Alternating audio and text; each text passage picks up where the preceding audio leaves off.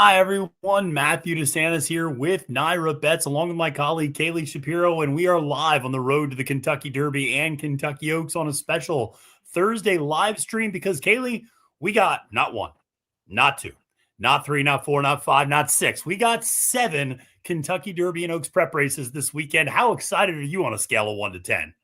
So excited, 4 different tracks to cover, so that makes it even more exciting. I mean, obviously, I don't know how they'd run all these races at 2 tracks, but that makes it even more fun, and things are really heating up on the Derby and the Oaks Trail, so excited to talk about all these fields, and I thought some of the fields came up very strong, and the others had some big standouts, so all of the races I thought were fun to handicap.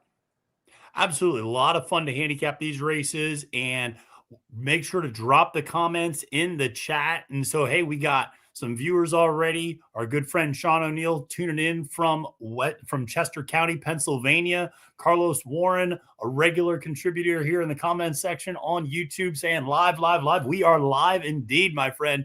And so it's going to be a lot of fun. But hey, listen, drop in the chat. Let us know who you really like this weekend and all of these different races we're going to go through and handicap all of them, give you some picks and plays, obviously. And we are going to be in differing some opinions, I think, in a few of these big races, but it's going to be a lot of fun. And obviously, the reason we got this, and shout out to my good friend Dennis Trusty. Dennis, thank you so much for tuning in, man. Hope you're doing well down there in Kentucky and all is well with you. But listen, the reason we have this big of a weekend is because of weather, Kaylie.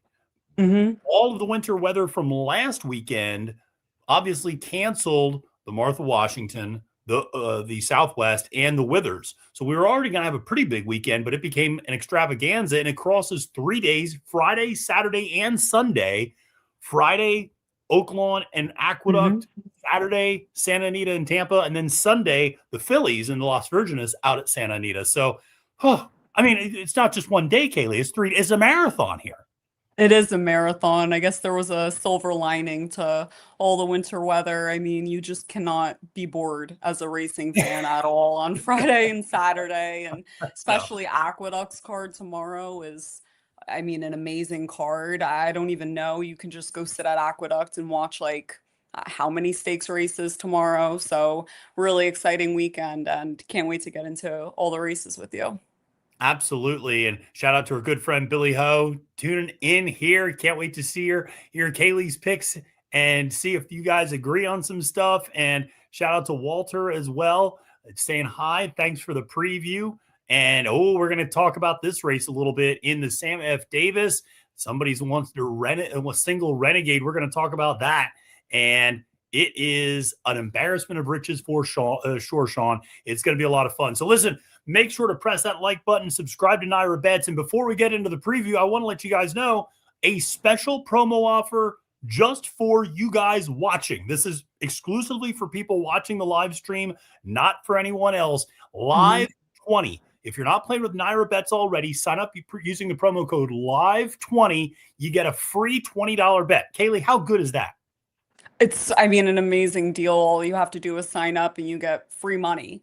So with that $20, if you hit that first or second bet with that $20, it can really carry you through the whole day of racing tomorrow if you play well. So I think it's really worth it. All you have to do is make an account. And again, it's exclusive to just the people watching this stream. So I wanted to give you guys a head start on a super stakes weekend, some may call it. Absolutely. So, like I said, use that promo code LIVE20. You get a free $20 bet on NYRA Bet. So make sure to sign up. We got some great promos as well for people who are already signed up for NYRA Bets this weekend. So make sure to opt into all of those. And hey, who's that horse on the cover right here? Who's that? That would be Zanny. Oh, Zanny, who's a 2-5 favorite in the Suncoast Stakes. We're going to talk about that plenty. But like I said, folks, make sure to use that promo code LIVE20 to get a free $20 bet. That's just for you guys watching right now. So thank you so much. We'll make sure to continue to share that information as we go through the live stream. But Kaylie, we have so much to go over. One quick question before we get into it. How much do you think your list, we talked about, we had a top 10 and a top 5 list. How much do you think our lists are going to change by the end of the day Sunday from what we have right now? That's a good question. A lot of the horses that I have on top, either we just saw run or Chief Wallaby. I mean, he's not entered. He's like my top Derby horse, but the Puma horse that, ran second to him is pretty low down on my list. Horses Yeah. like that could be upgraded. So, there could be some moving around. I'm not really particularly sure how much I, foresee, but there could be some changes for sure. What about you? Yeah, it's interesting. I thought about that too. A lot of mine were horses that we either saw run the last couple of weeks or are waiting to see run. Hmm. In the case of Paladin and the Risen Star, or a Hmm. horse like Jackson Hole, who we talked a little bit about. That horse probably going to be running down the Fountain of Youth potentially, or one of the Kentucky or one of the Florida prep races with Hmm. this slot that opened because of Ted Noffey not being there in the Pletcher barn. So going to be interesting to see. Obviously, a horse like Renegade could take a big step up. The Puma could take a big step up.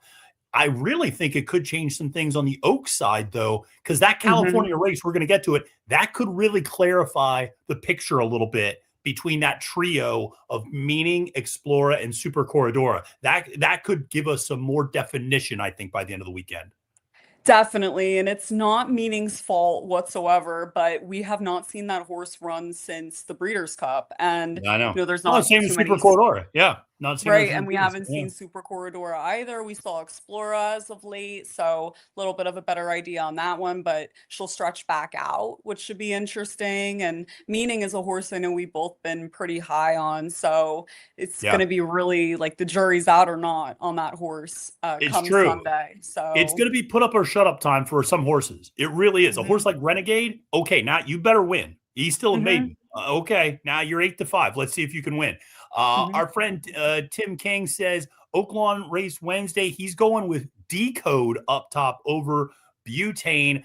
A lot of similar numbers, 2397. I think there's going to be some agreement there. A little bit of different ideas in terms of the order. Walter going with Soldier and Diplomat in the Southwest. That's a horse we're going to definitely talk about a little bit.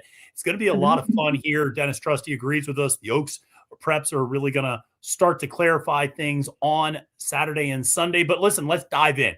Okay. We're going to go in chronological order. We're starting with Aqueduct. We're going to end with Santa Anita Sunday, and we're going to hit everything in between. So, Kaylie, let's dive into our own backyard, the Withers. A mile and an eighth Kentucky Derby prep, 20 points on the line to the winner, 10, 6, 4, 3 for second, third, fourth, and fifth place. We got a field of seven. Chad Brown holds the trump cards in a lot of ways. Mhm. He holds the key to this race because he's got Schoolyard Superman and Otino, who are your two very heavy favorites in this spot. This was an interesting race, and I think before we get into it, we got to say Aqueduct the last couple of days, woof, you do not want to be coming from off the pace. It is a speed favoring track if I've ever seen it. So that's definitely something to pay attention to when we start looking at how it plays early in the day on Saturday or on Friday as well. That's for sure. And the horse that I landed on here is the number 2 Schoolyard Superman, who I think possesses pretty good speed, probably some of the best out of the whole group.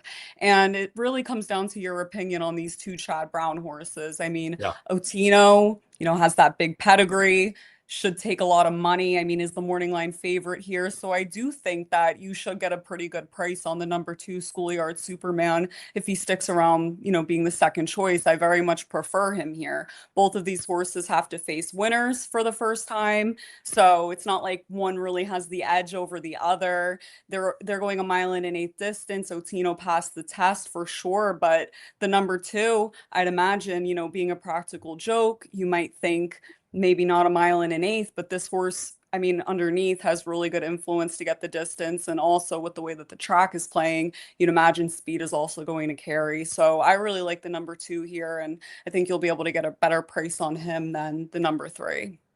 It's interesting. You're absolutely right. Otino, obviously, the half sibling to Hall of Fame horse gun runner, even the full sibling to a pretty nice filly, Pretty Anna, who was the grade 3 winner Hmm. of the Comely, if I'm not mistaken, Hmm. almost won the Mother Goose, too.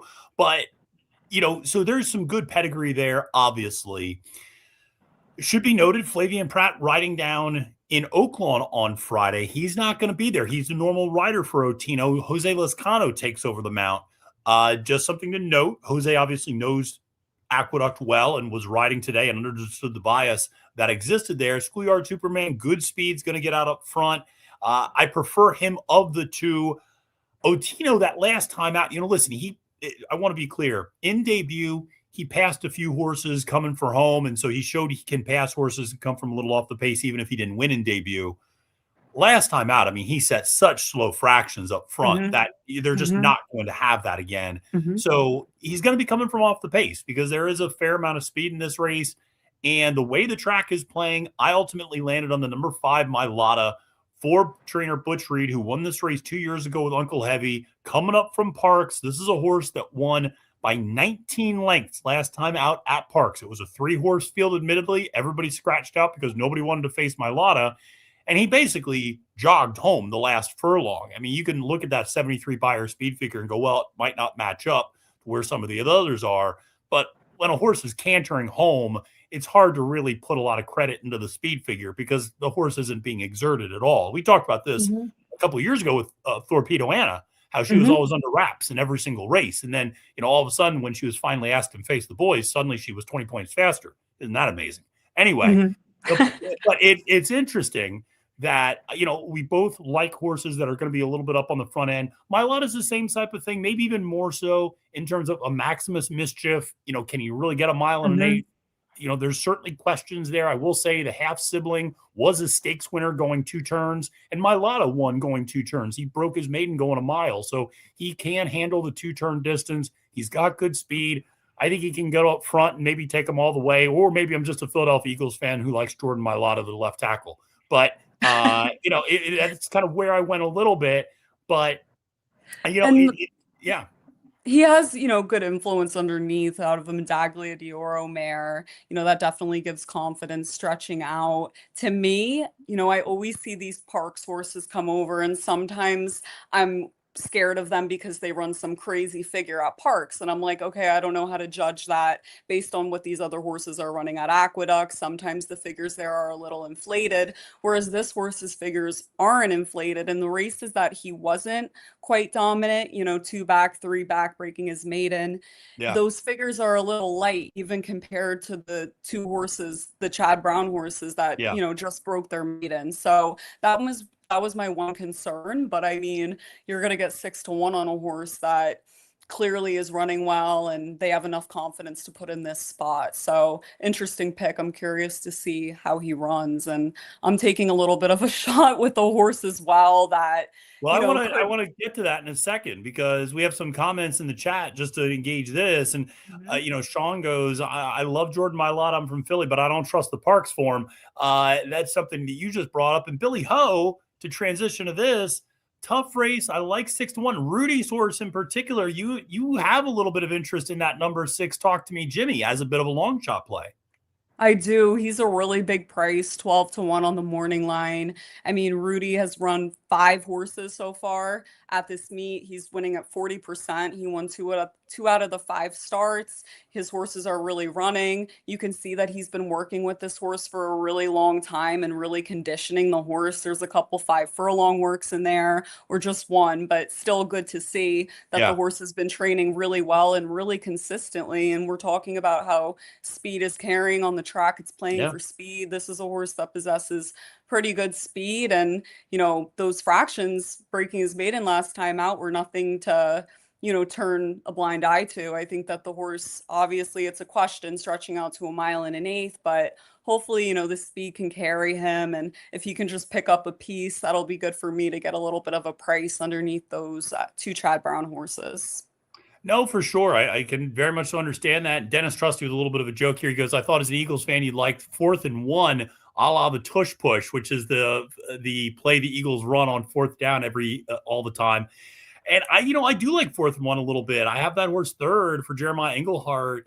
And this is a horse that you could argue had his form flattered a little bit last time out because of the effort of Bravaro in the Holy Bull last weekend. Bravaro is also a New York bred who finished 2nd to nearly, got an 88 Beyer speed figure from that effort. And 4th and 1 has been running up against Bravaro, both in the maiden ranks as well as in the Sleepy Hollow. was never able to beat Brevaro, but at least you got a sense that that was a pretty quality horse that he was at least losing to in these efforts. And he took a step forward last time out. I was a little worried about that final furlong and the time coming home in that last race, going a mile for 4th and 1. But he's a horse that I think is at least a little bit interesting. Again, has good speed, and I thought was something, a horse to throw into the mix, another 6-1 runner. It's interesting. We should probably talk about the number 1 grittiness a little bit too. You have him 4th. I had him 4th. I ended up moving Otino up. Grittiness is the other horse that has experience in 1 1/8, having run in the Remsen. I don't know, Kaylie. I tried to make a case for this horse as my top pick at one point, and I ultimately don't even now have him in my top 4.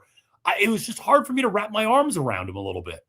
I mean, it's not a bad idea. I love Todd Pletcher, but he's also winless at this meet. That's a little bit Oof, concerning for Pletcher. I mean, yeah, I don't really know what that's all about. This horse obviously is a closer and is going to be a little bit up against it. I still have him in the mix just because he's a horse that's been running against, good company. I mean, look at the lines: Paladin, Courting, Universe, Ted Nafi, just the 4 horses that won each of the races he's in. So obviously he fits in with this group. So I just have him in 4th. Hopefully he'll pick up a piece. Some horses get tired that can't handle the distance. I think it's, a good chance that this horse can pick up 4th. I think it speaks to how, while it's only a 7-horse field, I think it speaks to how wide open this field is when you look at who our top 4s are, because we have a little bit of overlap, but we also have a fair amount of differences and a lot of different orders. It's a really good race. I think if you're trying to beat Otino, you absolutely can. And if you really want to play that track bias, Schoolyard Superman makes a lot of sense because he's going to have speed and he's going to have the rail, and those things have been good so far. And it's a matter of whether or not one of these horses from the outside, whether it's Mylotta, Talk to Me Jimmy, can clear in front of Schoolyard Superman and get in front. It's interesting. I was thinking jockey that we both like up here in New York, Kendrick Carmouche, is not listed here as riding. I'd feel a lot better if Kendrick was on a horse like Mylotta, because I think Kendrick would be like, we're getting to the front come hell or high water. Track. Exactly. Knows the track, understands it. And so we'll see. But listen, 5 stakes races on Friday at Aqueduct. So you want to definitely make sure to check it all out. Starting race 2, actually, with the Interborough, the Ladies, the Toboggan, the Ruthless, and then the Withers. It's going to be a lot of fun. So listen, that's where we're going in this first one. But listen, before we move on to the next race and talk about some of the races at Oaklawn Park, for those of you folks just tuning in now, make sure to take advantage of our live stream only offer. That's right. This is just for people on the live stream watching right now. Use the promo code LIVE20. If you use that promo code and you sign up on NYRA Bets, you get a free $20 bet. That's right. And it is valid until first post on Saturday. So make sure to sign up and play on NYRA Bets using that promo code LIVE20. All right. That's a great promo offer, and it's only for you guys. Nobody else. It's just for the folks watching right now. And shout out to all 124 people who are watching right now on the live stream. But let's head to Oaklawn Park. And Kaylie, let's talk about the Martha Washington. We got to talk about the ladies first here. An interesting field of 8 horses. Another field where, I'll be honest, not a lot of separation when you look at the buyer speed figures and even the time form ratings between a lot of these horses, all kind of around the same ballpark. Some are last out maiden winners, some are stakes winners, but nobody really is heads and shoulders above anyone else, which is great because it's a wonderful betting race. It definitely is, and it's a wonderful betting race when the horse that I think is a pretty clear single potentially in this race is your second choice on the morning line. I mean, to me, the number 3 Search Party. Actually, third choice on the morning line behind Hit Parade and Counting Stars. Yes, definitely. So that's the horse that I like the best here. I mean, when I was looking at the race, Marcassi literally winning everything at Oaklawn. He's winning at 48%. Like, That's insane. And this horse has had a win over this track at this distance, breaking her maiden last time out, and got an 81 by her speed figure. She won by 6 lengths that day. Clearly, this filly's in really good form, and I'd imagine that she keeps it rolling in the Martha Washington and picks up some Oaks points because she looks to be pretty talented. And I thought that while there's some other speed in the race, she's a filly that also can track off the pace, as we saw her, how she broke her maiden last time out. I think she looks pretty tough here, and I'm considering even singling her and, any sequence that this falls into. So she is a very good horse. I don't know if I feel quite as strongly as you do about the single, but she is my top choice, and there's a lot to like here. You mentioned Mark Casse, 48% for the meet, teaming up with Christian Torres, who stays aboard for this horse.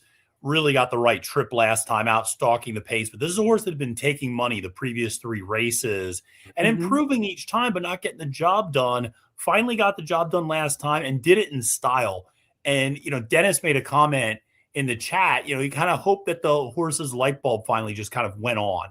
And that can happen sometimes with regards to a horse. Once they figure out how to win, it begets more winning. And so it's not uncommon to see a horse, even a horse that might be, 0 for 10, finally get that win, and then they win next time out in whatever conditions they're running in, whether it's claiming allowance, etc. So it's not uncommon to start seeing them backing up those victories. And I just love the pedigree here. Gun runner out of Into Mischief.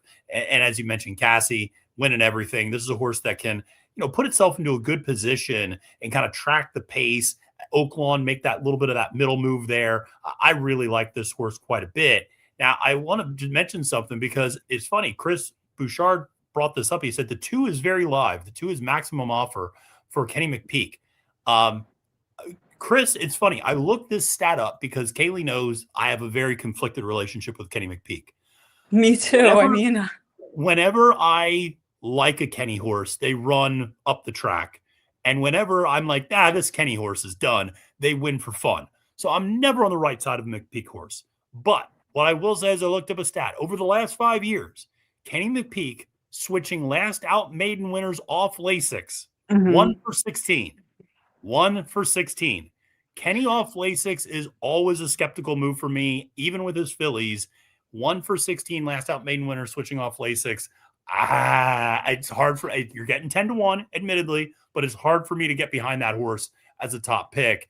That was a stat that really popped up into my mind. I didn't even pull it, but I just know that he doesn't have a lot of success switching horses off Lasix. But I will say Kenny McPeek is one of those trainers that, while I do pay attention to stats when they're notable, he's also a genius with this stuff. I mean, he's able to figure things out with horses that other people can't.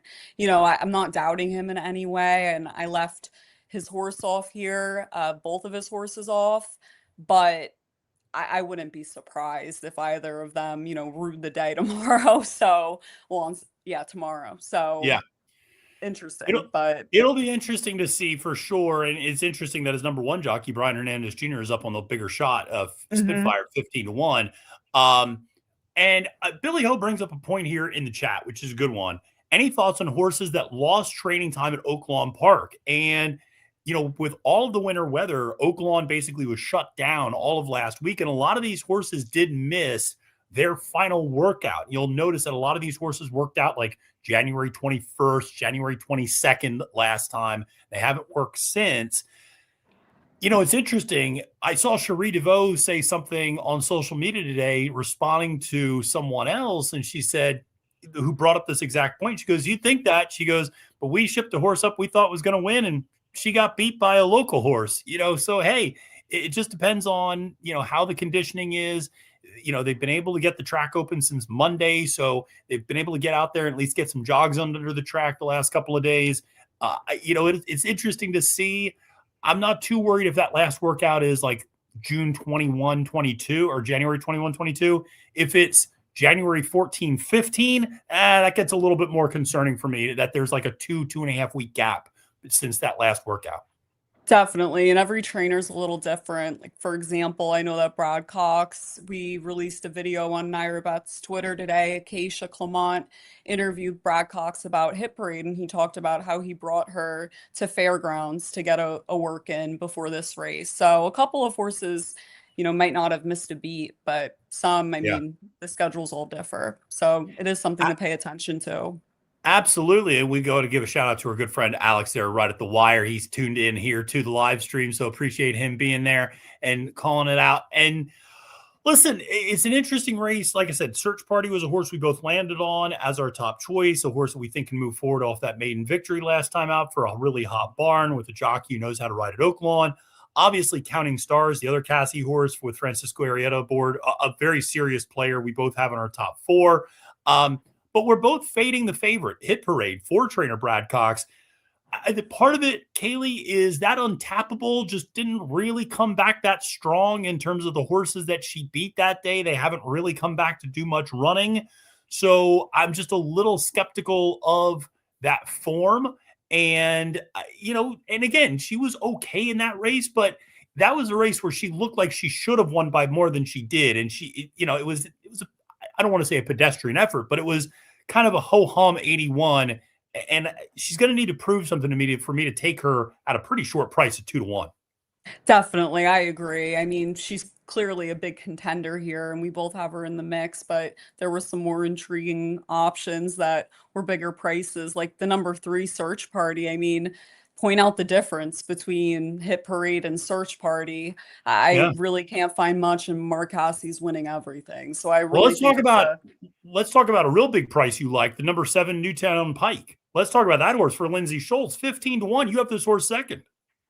just a horse, when you're looking at these figures, some of them are pretty light and even, and I'm looking at a horse that has every right to take a step up. I mean, this horse is stretching out to a mile and a 16th.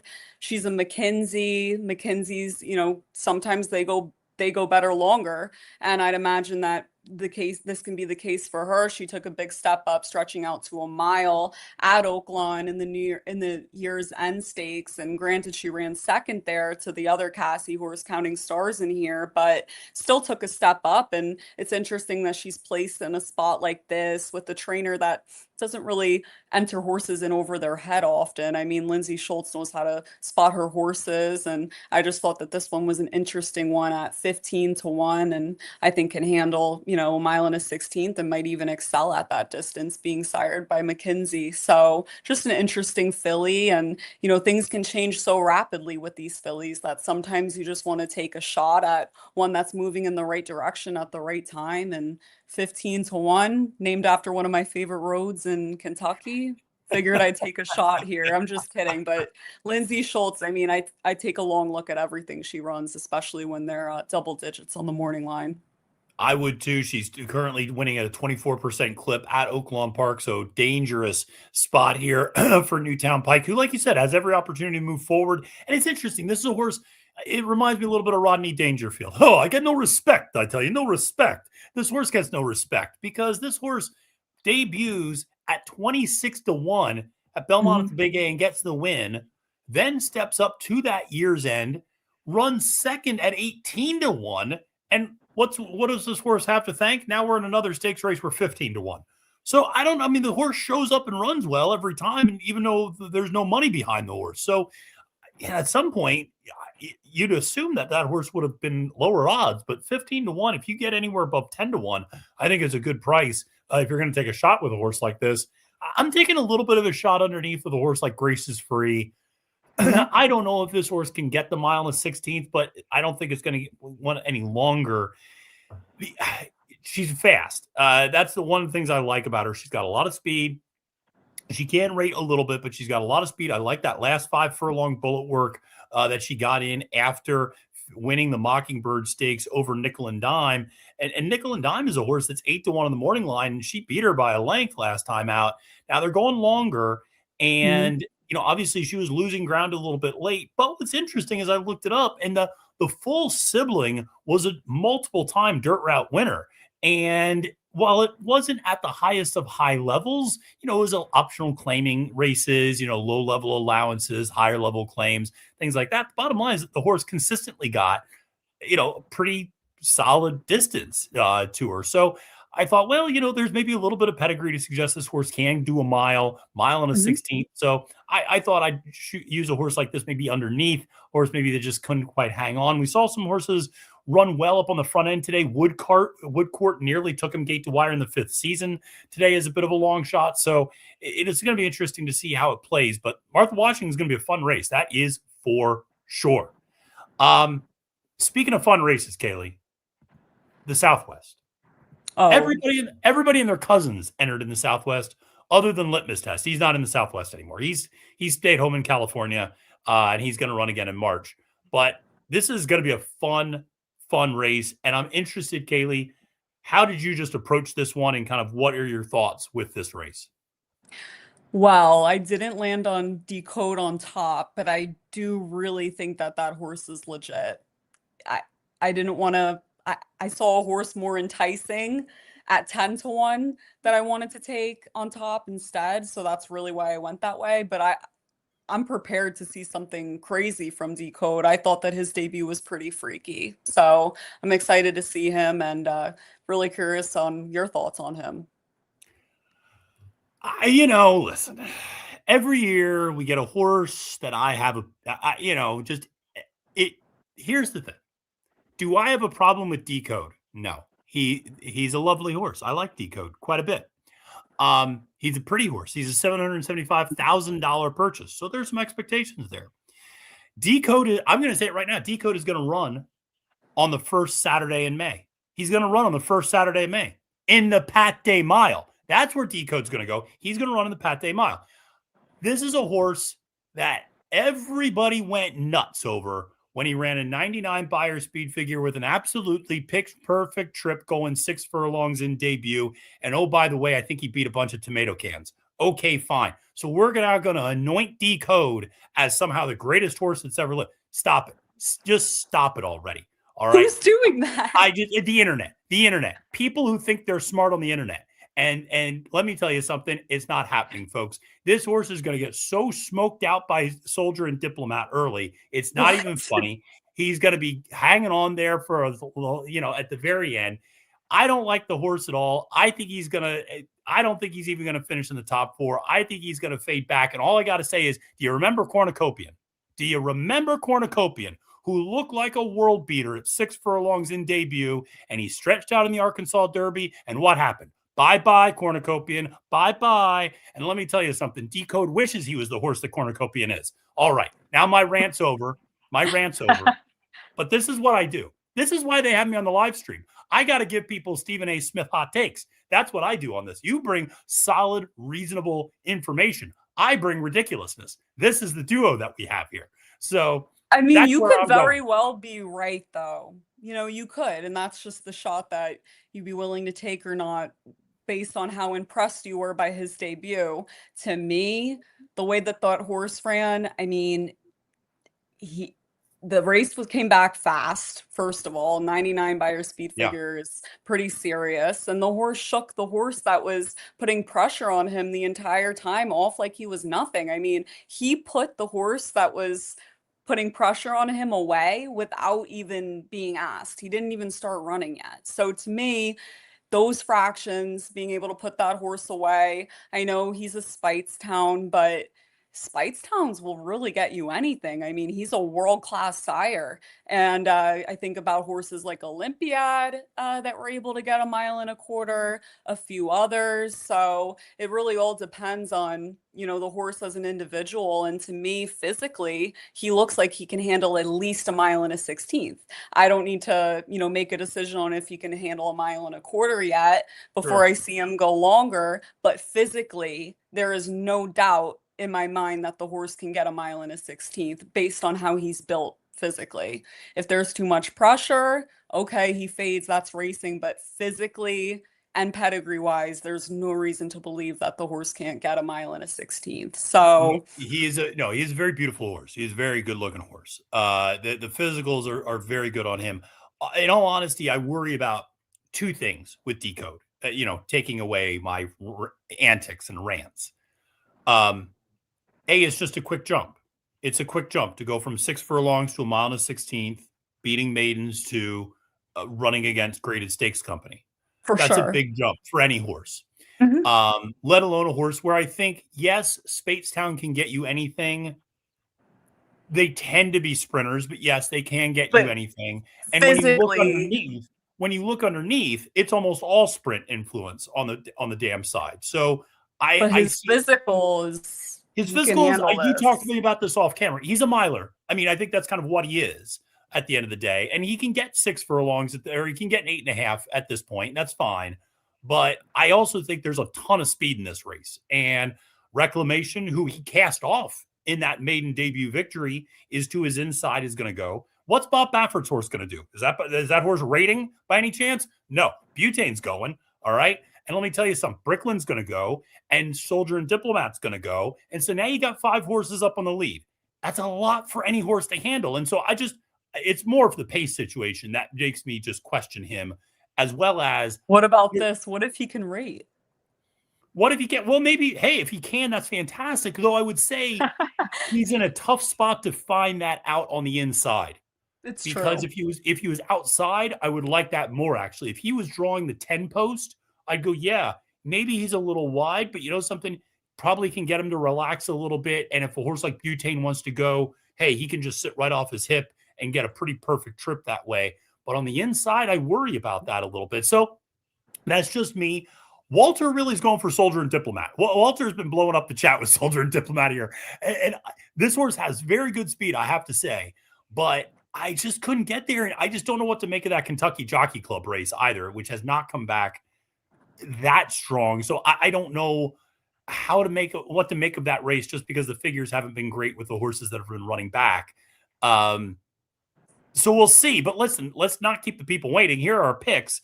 Let's actually talk about your top pick, Kaylie, because you went to the aforementioned Kenny McPeak with a 10-1 runner that you like quite a bit.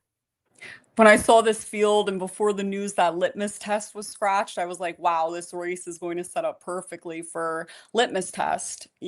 But now I'm looking at a Kenny McPeak horse at 10-1 that fits a sort of similar profile, a closer. I had this horse when he broke his maiden. I thought that was really impressive. And then last time out, the horse just couldn't quite get there. But I don't think that the horse had, the best of trips, and also not the most pace. I mean, I couldn't imagine what this horse could do with real pace in front of him. I know that, he really has no excuse to not get there in the last 2, but I just think, it's Kenny McPeak bringing this horse to Oaklawn. The horse hasn't been to Oaklawn yet. It's interesting. I'm just going to take a shot at him at 10-1.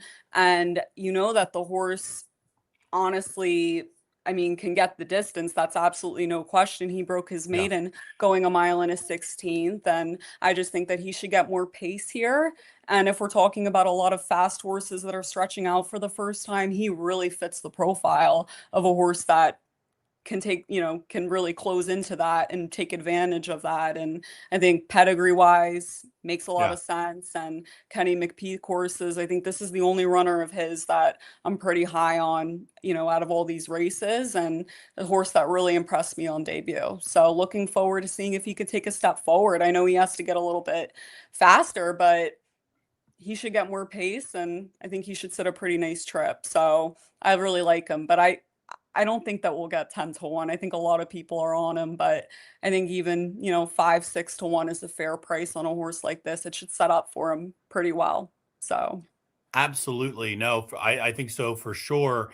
And I have him second. I like the horse quite a bit in this race. I agree. He's going to be on all my late pick 5 sequences. I like the 7. Chris Bouchard, also big fan of the 7 right now. Dennis Trusty brings up a point. He also likes the 7, and he's like, this horse is going to be 4-1 in this race a lot of people, because everybody's on him. So we'll see. And by the way, Walter, never apologize about delusionally loving a horse. I was convinced Simplification was going to win every single race he was entered. He won one. He won the Fountain of Youth, and that was it. But I love Simplification. We won the Mucho Macho Man when I liked him as well. So he won 2. But yeah, it's okay. And by the way, every once in a while, you're right on those things, and it pays off in a big way. So never give up on that. Craig brings up a point about Butane, a horse that we're going to talk about a little bit here because we both have him in our top four. Craig likes him, but he's going to take a lot of money, especially with this test out. You would imagine it's going to be interesting, Kaylie. Here's a toss up. Does he or Decode go off his favorite? That's a good question. I mean, Bob Baffert always takes a lot of money. So, his name being attached to this horse, he could go off as the favorite. It's pretty hard to tell. Honestly, he's the buzz horse, I feel like, this week in terms of the Southwest. I have heard more about him than I have about Decode. So Yeah. he could go off as the favorite. The thing to me, I have him in the mix. I mean, I love Bob Bauer. He's dangerous no matter where he shows up, and he dominates this race. So definitely. So everyone should really take him serious. This isn't a race that I would single in any which way. I probably use all four of the horses on my top four, maybe the top three, on my tickets. But to me, I think that Butane, he's stretching out for the first time, just like Decode. I mean, they're both in a sort of similar situation here. And also, I know that Litmus Test was the better horse that was supposed to come here. So to me, if Litmus Test was here, I'd be all over him. But Butane, I'll have him on my tickets. He should be dangerous, and pedigree wise, he should handle the distance. It's a short price, and I don't want to put him on top at the short price he'll be trying. He's a short price, and listen, the same pace scenario that I outlined that could affect Decode is going to affect Butane. Exactly. It's going to affect Soldier and Diplomat. It's going to affect all these horses that are up in the lead. And he is doing 2 turns for the first time. I am a sucker for Tiz the Law. I do like his sire quite a bit in this spot. He's a $1.15 million horse. Clearly, the intentions are to be on the Derby trail right now. He is trying 2 turns for the first time. One thing I do like about him, even though you could argue he's disappointed a little bit, he won in debut, was a distant second to Ted Nafi, then lost last time out as a heavy favorite. But one thing is he's gotten faster in every single career start. So that's at least a positive that even if he's not winning, he's at least getting faster and you're seeing improvements. Can he get a little bit faster going longer? I think he can. But again, what price are you willing to take him? I think that's a very legitimate question to ask. And obviously, in such a big field, it's hard to swallow a 2-1, 9-5 type of a horse in a 13-horse field. Exactly. And so I think that's why both of us ultimately went in a little bit of a different direction. And I went with a horse that maybe I'm just nostalgic because this horse reminds me quite a bit of Coal Battle from last year. Now, the connections are obviously a little bit different. This is a Mark Casse horse who's in the Hall of Fame, not just 1, 2. He's in the U.S. and the Canadian Horse Racing Hall of Fame. And the interesting part is strategic risk, though, like Coal Battle. I mean, talk about a nothing pedigree in a lot of ways. Like, it wasn't a pedigree that wows you. It's a Florida bred who was sired by Noble Bird. And I had to laugh. You and I chuckled because, of course, Noble Bird's sire is Birdstone, and this horse won the Smarty Jones. And what did Birdstone do to Smarty Jones? He beat him in the Belmont Stakes and ruined everybody's Triple Crown dreams. So there was a little bit of, our good guy, our good friend Nick Zito had a hand in that. So it's interesting that you bring it up because I did ask Nick about this horse, just in general from a pedigree perspective. He didn't know that there was a horse on the trail that was a grandson, and we were talking about it. And it's interesting. It's a nothing sire that this horse comes from, but the female family of Birdstone, I mean, it's so deep that it really carries. He has sons that ended up, siring a horse that has some class. It makes sense, and definitely a little bit reminiscent of Coal Battle for sure. But yeah, so listen, this is a horse that do I think the horse can get a 1.25 miles? No, I don't. I even question 1 1/8 miles. I think the horse can get 1 1/16 miles. And while he put himself in a perfect spot last time behind a rather modest pace, he's shown the ability to sit off the pace. And we're talking about the number 9 strategic risk at 9-2 is the 3rd choice in the morning line. And with the scratch of Litmus Test was the 4th choice. And I think strategic risk can sit the right sort of trip behind some of that initial speed and can kind of let that vanguard of speed go out up front and just kind of sit off of it and then make a run. And especially if they go too fast up front, this is a horse that can be kind of get first run at those beleaguered leaders potentially coming for home. And the other thing is the horse is really perked up on the speed figures when he stretched out down at Gulfstream Park first and then at Oaklawn. Another progression is going to be necessary, I think, to win this race, but he hasn't taken a step back yet, and he's for a super hot barn right now. So I'll roll the dice with strategic risk. Of course, like I said, I'm including in my late pick 5. He's my top choice, but I'm spreading quite a bit in this race with a few different horses.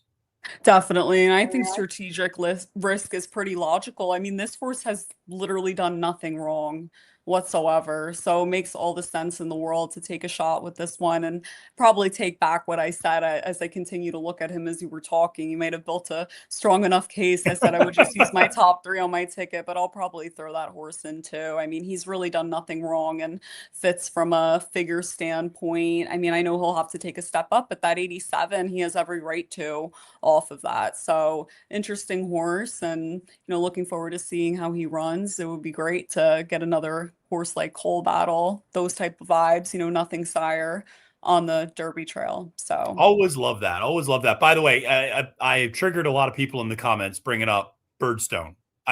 Sean, who's a Philly guy, of course, we all love Smarty Jones. Don't bring that up. Dennis Trusty sharing a story about how he was crying when he was 5 years old. But his mom was cheering because she bet Birdstone because that had bird in the name. It was fantastic. I love that, Dennis. That's a great story. And Billy Ho brings up a horse that I threw in as my 4th choice, which is the number 11 Silent Tactic. This is the other Cassie horse that I kind of threw in as my 4th choice, but I agree with Billy. This horse is live, I think, at 20-1. Did not have a good trip last time out in that Smarty Jones, and kind of did not have the easiest go of things in that race, and was kind of pulled around and was wide around both turns. And I thought made a pretty good run at his stablemate Strategic Risk, and ultimately ended up second in that race with an 81 buyer. This is a nice horse. Broke its maiden on the synthetic, I know, up at Woodbine, but I just think this is an interesting runner. $500,000 son of Tacitus. That's something you've always pointed out to me, that when you see a sire who stands for $5,000 and they bring in $500,000, that should tell you the horse is nice physically. And so I just think this is an interesting horse that can come from off the pace. If there's a lot of pace in this race, which we both think there is, I don't know, at a big price, I think this one's interesting to think about. Really interesting. I mean, I was looking at the horse. It's another buzz horse that people are talking about. That's a big price. So I do think obviously 20-1 might be a little hopeful on this one, but certainly will be double digits. Big price here, and the horse has really done nothing wrong, switched to the dirt and really took a big step up. That's the only dirt form that we have to go based on, and the horse ran second in the Smarty Jones. So interesting at 20-1 for sure. Yeah. I'd be remiss before we move on to the next race just to mention Rancho Santa Fe, the number 4 for trainer Brad Cox. This is a horse that was heavily bet really throughout his career and is now 15-1 after not quite delivering. Another horse that didn't maybe have the best trip last time out. Now you're getting 15-1 with Flavian Pratt and Brad Cox. That's not a bad duo to be betting on. And the fact that Pratt sees fit to go down to Oaklawn to ride this horse rather than to stay up in New York and ride a horse like Otino in the Withers, I think is also particularly telling. So interesting, though, I will say, it is pretty obvious where Brad Cox's top horses are and where they are not. And they are not in Oaklawn right now, where he is 1 for 17. They are at Fairgrounds, they're at Gulfstream Park. So that is, and honestly, they're up at Aqueduct too, where he's winning like 38%, I think. So, just keep that in mind when you're doing that as well. So I'm going to have a lot of fun to look at this Southwest. And before we move on to the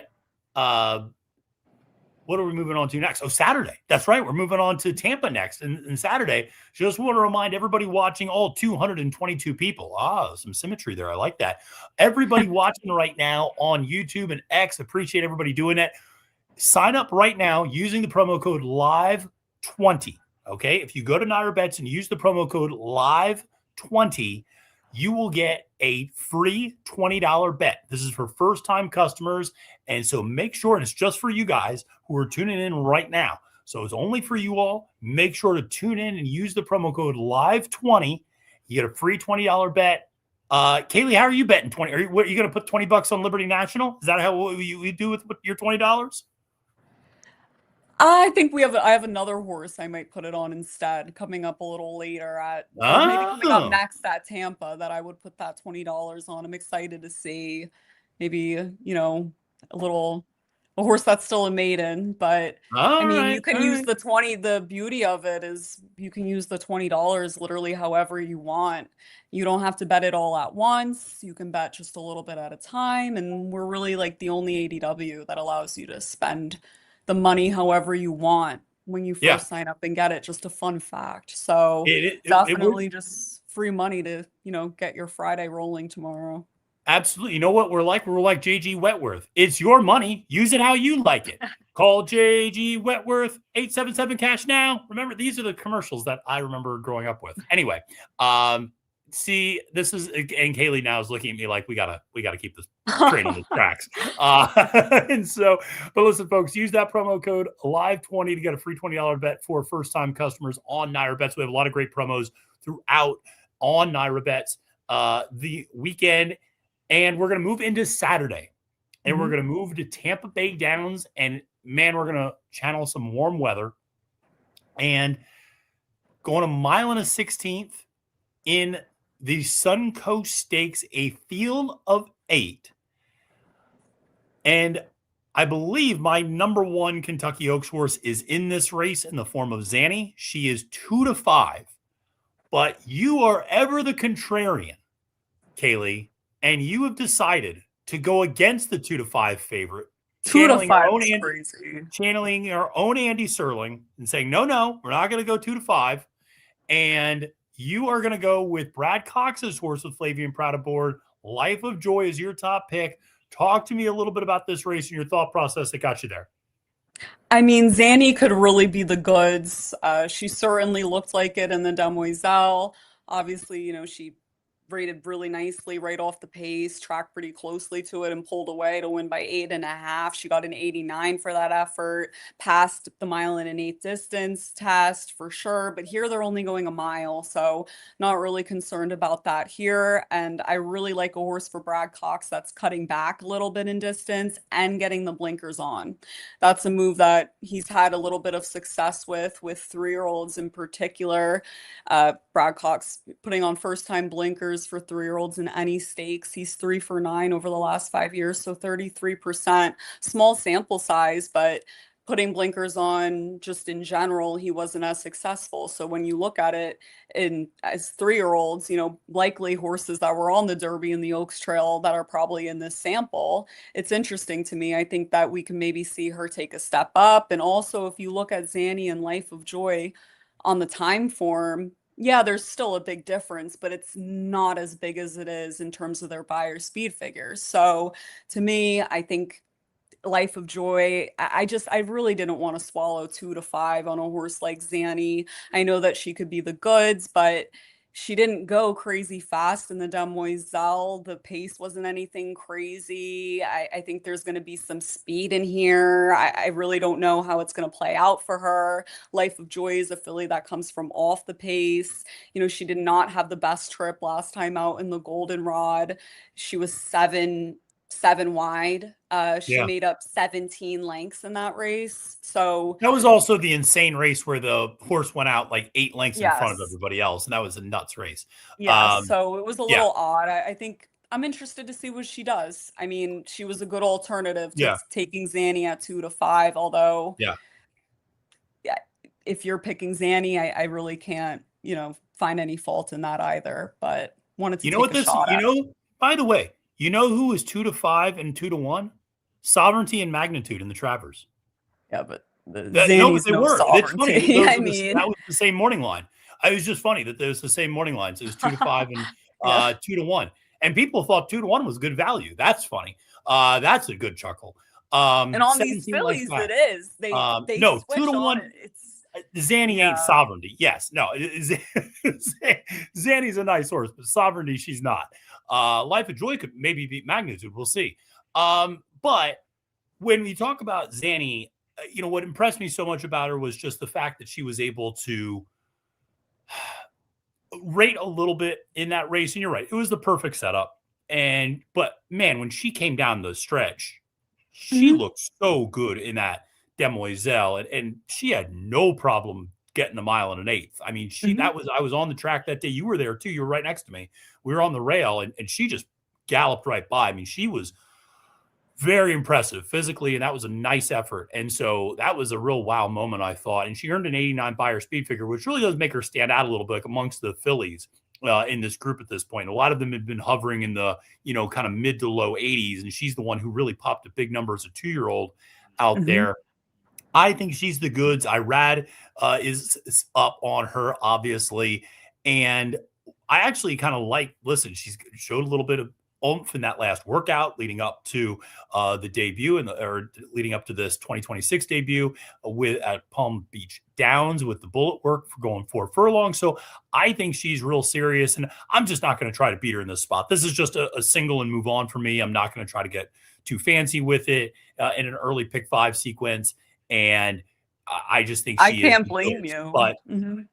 but I understand trying to take a shot against her. I'm not gonna. I would never talk anybody off ever taking a shot against a 2 to 5 horse, I'm just particularly a curious 2 to 5. what's going to happen, with other horse like with real pace, or if a real pace transpires and there's other horses up on the I front end. I just wonder the trip she's going to sit. I know she can pass horses. Listen, she's the goods. I'm just going to try to beat her here with the horse that's getting an equipment change, and yeah hopefully show some speed or something, because she sure hasn't. So I know she has to do that on this type of track. But to me, I mean, I'm rooting for Zanny in the long run, though. She's an American yeah. Pharaoh, so I'm Oh rooting well, for American her. Pharaoh, But Domo Arigato, American Pharaoh. We say hello to in Japan to American Pharaoh. But Craig Shore has a question here about Pletcher's other horse, Kadabra, who you and I was actually surprised. I thought I was being a little creative with this horse, using this horse third at 20 to 1, but I kind of like this horse. I don't think she's that bad, and I think she could move forward, and she's probably going to be the speed of the speed in this race. And the thing about Tampa Bay Downs is on big days, that track can be a merry-go-round. And so I would, listen, she's going to be up front. Sammy Camacho knows that track. And I don't know, at 20 to 1, I would, if you have a 2 to 5 favorite, she's the type of horse that I would use in an exacta. And I go, okay, if I'm going to go Zanny up top, I'll throw a 20 to 1 horse underneath and just kind of hope, hey, the track maybe carries her home. And also, she's a good magic out of a Malibu Moon mare, Yeah. and we haven't seen her go any further than 6.5 furlongs. So there's a pretty good shot that she takes a step up going this distance. Certainly, her pedigree suggests, and Pletcher wouldn't have her in here for no reason. I mean, that's Yeah. really the obvious thing here. And while we gave out his Aqueduct stats earlier, I mean, out of the few horses he's had, he's winning at 40% here. So, you know, 2 for 5. His horses clearly is his better string, out here, which you'd Yeah. imagine. And he just wouldn't be running this horse for no reason. So I think she makes a lot of sense underneath for I sure. agree. And it's interesting. She's second back from a long layoff, too, because she Mhm. debuted early as a 2-year-old. And Pletcher doesn't usually do a lot of debut runners at Keeneland. And it's interesting. I remember that race vividly Lenny Lou, because it wow. was Lenny Lou. Exactly. And Chamberson, who actually finished third, came back to win next time out and has been a 2-time winner. So it's interesting. That was actually one of the few baby races at Keeneland that really has been productive. I love those races, but usually it's just super precocious horses that Wesley Mhm. Ward have that don't do much, moving forward. But in that case, you saw, Lenny Lou in the case it was, multiple stakes winner Mhm. come out of that race. So interesting that she, came back from that long layoff and tired a little bit late. Okay, but she's the work partner of Zanny. They both fired off that bullet last time out. And so I don't know. She could move forward. I don't think it's that crazy. So, and you're right, Pletcher won dinner because it's not like Zanny needs pace. Okay. No, He's not an emotional she support rabbit wants to anybody. less. I mean, if No, anything. right. No, if anything, he would want Zanny to be by herself Exactly. So, to kind of just be able to control things. So I like Cadabra there. mhm. Do you want to talk a little bit about Tom Proctor's horse? Tom Proctor's not losing a lot of races. He's winning a lot at Tampa Bay Downs, that's for sure. He's got the number 8 Lightscape 12-1. That's a horse, again, we both have fourth, a little deeper underneath in that Suncoast. A horse that's coming off of 5th place ever in the Gasparilla, but Mhm. practical joke out of an Uncle Mo mare. I'd imagine a mile and 40. He could, she can get that distance, That's and I think perfect. Lightscape is pretty interesting. Yeah, perfect distance for this horse for sure. And I mean, out of the rest of the field, I can't lie, I put this filly in fourth because no one else really jumped out at me Yeah, whatsoever. I same. mean, she ran 261s, but I mean, in terms of everybody else, out of the two obvious horses, she makes a bit of sense to hit the board. And like you said, her pedigree suggests the distance will be no problem. And in both of those races, she took a lot of money. I mean, she went off as the favorite on debut, and then even in the Gasparilla, she went off at 2-1. So she's been well received. That's a positive sign, and might be overmatched here, but I think can run up into something for sure. Absolutely. Well, listen, let's move on to the next race, which is the Sam F. Davis, the Kentucky Derby Mhm. prep, Sam F. Davis. Kaylie, do you remember when Tampa Bay Downs had the tote outage like 2 years ago, maybe? Yes, I And do. they just circled in the paddock for like an hour and a half. For the NYRA That was Bets. Oh yeah, it wasn't an this NYRA start. Bets issue, it was a tote issue with at Tampa Bay No, I Downs. thought it was the NYRA Bets Sprint Day, but I guess it was Sam F. Davis Day. No, it was Sam F. Day because it was definitely a Derby prep. I remember that. Mhm. It wasn't Tampa Bay. I don't think it was the Tampa Bay Derby. I think it was the Sam F. Davis. I'm sure somebody in the comments will let us know. But I do remember that. That was sad. I actually made a stupid video of me like waiting around for the horses in the paddock just to make fun of the situation. And people are like, "You have too much time on your hands." I'm like, "This is my job. What do you want me to do?" And so, um, but listen, let's talk about this field of 9 runners for the Sam F. Davis. Kaylie, your morning line favorite is a maiden, and that is the number 6 Renegade for Todd Pletcher. I ride Ortiz Jr. up. This is a horse that finished second to Paladin, who I think very highly of, and I have number 1 on my Kentucky Derby list in the Remsen last time out. But the bottom line is this is a horse that has yet to end up in the winner's circle, though we should mention he crossed the finish line first, Mhm. DQ'd to second in a maiden race against Paladin.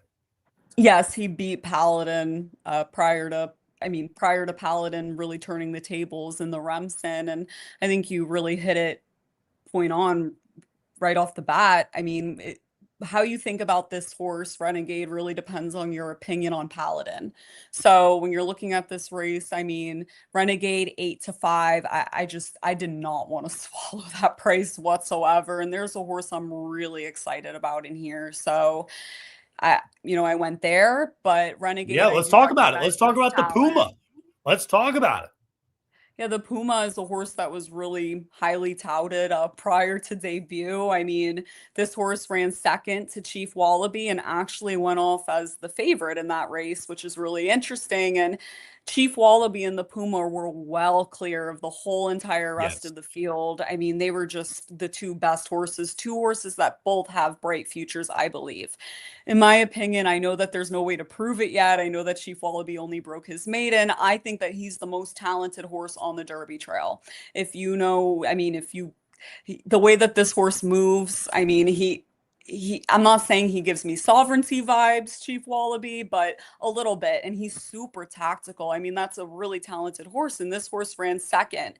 And I didn't think that he was disgraced by that effort whatsoever. And it's promising that they put the horse back into this spot. The connections confirmed today that Yep. although he was cross-entered in a maiden race, he will end up in the Sam F. Davis. So that's a really positive sign. And these are the same connections as Mage, the same exact connections as Mage. And that's a horse that we saw was pretty lightly raced going into the Derby, similar path. And the Yeah. Puma is giving me lots of similar vibes here. I was impressed by his debut, running second to a horse that I think very highly of. So I'm excited to take him at 6-1 here in a race that I feel is pretty wide open. I do think he's the most talented in the race, though. I agree with you. He's my top selection as well. And by the way, needed to give this as you were talking about Chief Wallaby And I needed to bring this comment back up from Laura Carpenter, who said, fell in love with Sovereignty because of Kaylee's enthusiasm for him That's last year. nice. And, you're enthusiastic about Chief Wallaby. We both are. I mean, I have him second on my list. I mean, I'm very high on him as well. And this is going to be a fun litmus test a little bit for that race in a lot of ways. And if the Puma shows up and runs big, then everybody's going to run to bet absolutely run to bet Chief Wallaby next time out, because man alive, what does that say? But I agree with you. This was a horse that was what got everybody's attention that day that he ran as maiden, was that 58 flat 5 furlong bullet gate work that he had put in. And everybody saw that and said, well, that's a freak. I mean, what is that? And what was impressive was the horse didn't break well and kind of broke a little slow and then had to really get pressed up, got to the lead, and then just got overtaken. But as you mentioned, 9 1/4 lengths clear of the third place runner in that race. So those two were in a race by themselves, and the Puma ran a big race that day. And I thought was very, very impressive. Definitely. And you brought up the break, and he got off really slow, and while he didn't look like he was exerting a lot of energy to get into position, I mean, that's just never really the way that you want to start off a race, getting off slow the way that he did. So I thought it was impressive for him to end the way that he did, and if he gets off better in here, he's going to be pretty dangerous. He's a big buzz horse. I've known about this horse before he debuted. Connections are pretty high on him. So looking forward to seeing him, and love Javier Castellano. I mean, how amazing would it be for him to have another Derby horse? So really rooting for him. Absolutely. And listen, this is a horse that you mentioned the connections to Mage. One of the things I remember noting when Mage won a couple of years ago was notice all the foundational works that Delgado was putting into the horse. Notice what happens after this race. 6 furlong work goes in to this horse. Let's get some more foundation. Let's build up some more endurance. They know how to do this. They did it with Mage. They know how to build this foundation up, and they really rely on these kind of big 6 furlong workouts. Not all that dissimilar from Bob Baffert in terms of how he gets a lot of condition and foundation into his runners as well. So there's some methods. Different trainers do different things. You don't always see every trainer doing 6 furlong workouts, but this is something that the Delgados do. And really, it is something you should absolutely make note of. I think the Puma is super live here. And Renegade is a horse that I think is an absolutely logical potential winner in this race. Makes a ton of sense. My biggest concern is honestly the track a little bit. Of the track at Tampa Bay Downs does not always favor horses coming from well off the pace, and it can be a little bit of a speed favoring track. And Renegade, very nice horse, but likes to come from off the pace. Definitely. And to me, I mean, this horse was all out both the times I saw him run, and he got an 81 and an 82. I mean, I'm not trying to be super critical. It's a Todd Pletcher horse. You have to take this horse seriously. I mean, and also I will say the horse is working really well. I mean, those times over that training track is something to really pay close attention to. Clearly the horse, maybe he shows a little bit more speed. Who knows, judging by the way he's been working, but he could win. I mean, I'll probably have him on my tickets, but I think the Puma is super talented, and he's a horse that we haven't seen a lot from yet. And I think he lost to a horse that is more talented than any horse in here, getting off slow too. I think that he's going to beat Renegade. I think he might be better, but I could be wrong. Renegade, I didn't love the way that he looked in either of those races. I thought that he was all out, in my opinion, but I could be wrong. He seems to be training really well. I have him in the mix. So. Oh, sure. Yeah, he's absolutely in the mix for both of us. Our good friend Dennis Trusty has another horse that I want to talk about because he's in both of our top 4s, and that is the number 1 Confessional for trainer Brad Cox with Flavian Pratt aboard. One of the things we should mention is Brad Cox, Kentucky Derby runners, not really firing these days. They have not been super reliable. Certainly we saw kind of a nothing effort from Cannoneer last week. Some of his other runners like Tapan Street and Disco Time have not been firing. He won with On Time Girl in the Forward Gal. He's, been winning some of these races, but it is interesting that it does feel like maybe the Derby stock is not as deep with Cox this year. Confessional, though, he's a bit of a buzz horse too, because as much as you go, well, the Puma lost to Chief Wallaby. Well, Confessional lost to Nearly last time out. And of course, we saw Nearly come back and win that Holy Bull. My concern is that Confessional was losing ground late, going shorter, and now we're going longer. And I think there are more quality horses in this race than there were in that Nearly race. I think maybe, I know he drew the 1 hole, so obviously he's going to have to get out pretty well, but maybe he doesn't. Maybe he just tracks off the pace here, sits pretty close, and ends up finishing the race better that way. I'm not sure, Possibly, yeah. but the type of trip that he could sit. But to me, he's a horse that ran second to Nearly, and Nearly is a horse that I thought is really impressive and really proved something in the Holy Bull. So I take Nearly very seriously, and certainly the horse that ran second to him, and Flavian Pratt, Brad Cox. I mean, connections are no joke. And I do,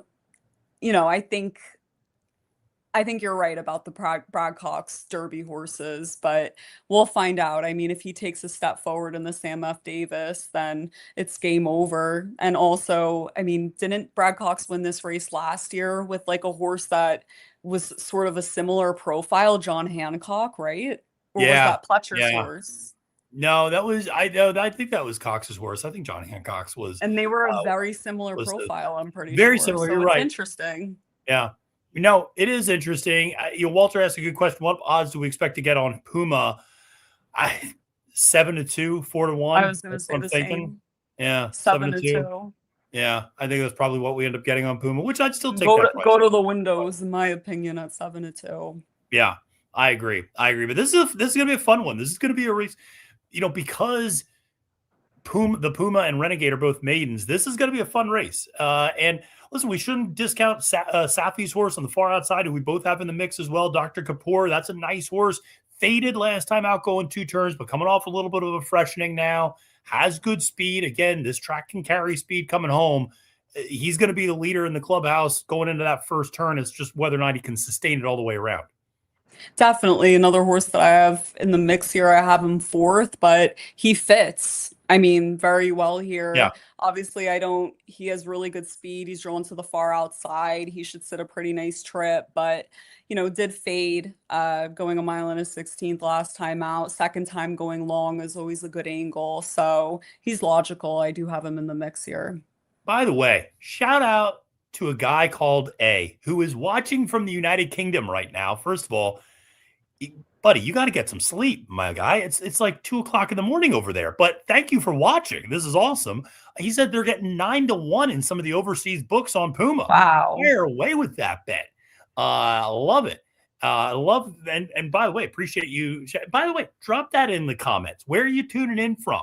I know where Sean O'Neill's tuning in from. He's from Chester County, but let us know where you're watching from in the chat. We love to see that. Love to see where everybody's tuning in from all across the country and all across the world, getting ready. Because listen, the Kentucky Derby, it's an international affair. Everybody around the world is going to have their eyes on the Twin Spires on the first Saturday in May. That's going to be a lot of fun. And Walter, tuning in from Brooklyn, of course. Carlos Warren from Culpeper, Virginia. I love it. Right up the road from where I am right now. So that's great that these guys are tuning in. Really appreciate everybody. We've got over 300 people watching right now concurrently between YouTube and X. Really appreciate that. And Dennis is interstellar, my friend. He's watching from the moon. We got Craig from Brooklyn. We got Chris from Denver. Oh, going to the Mile High City. Love Denver. Love Colorado. It's a beautiful state. And Billy Ho, home of the Kentucky Derby. He's tuning in from Louisville. We got Robert from Maryland.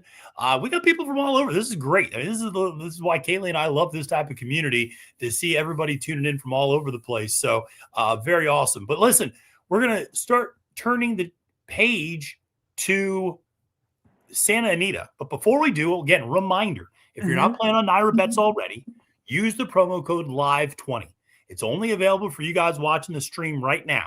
So if you watch the stream, use the promo code LIVE20. That'll get you a free $20 bet on NYRA Bets. And as Kaylie mentioned before, you can use it for whatever you want. You want to do a $20 show bet? I think we allow that. Maybe we do. I don't know. I think we do. Mhm. Blaine's going to do it from South Carolina. Blaine's my dad.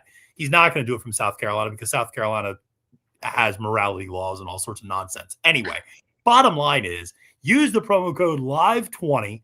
You get a free $20 bet. You can use it all at once. You can use it a little bit at a time. We give you a lot of latitude with all these promos, which is one of the things that really I think does make us stand apart from some other ADWs. So make sure to use that promo code LIVE20. You get a free $20 bet for first-time customers. And oh, by the way, if you're already playing with NYRA Bets, first of all, thank you. And second of all, we got a lot of great promos for all of you who are existing customers already this weekend as well. So make sure to check all of that out on NYRA Bets. This is going to be a really big weekend, so definitely take advantage of those.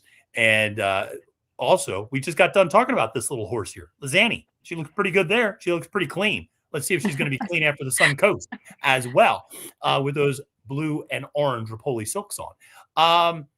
All right, let's go from the East Coast. Let's go from the Gulf Coast to the West Coast. And let's talk about Santa Anita.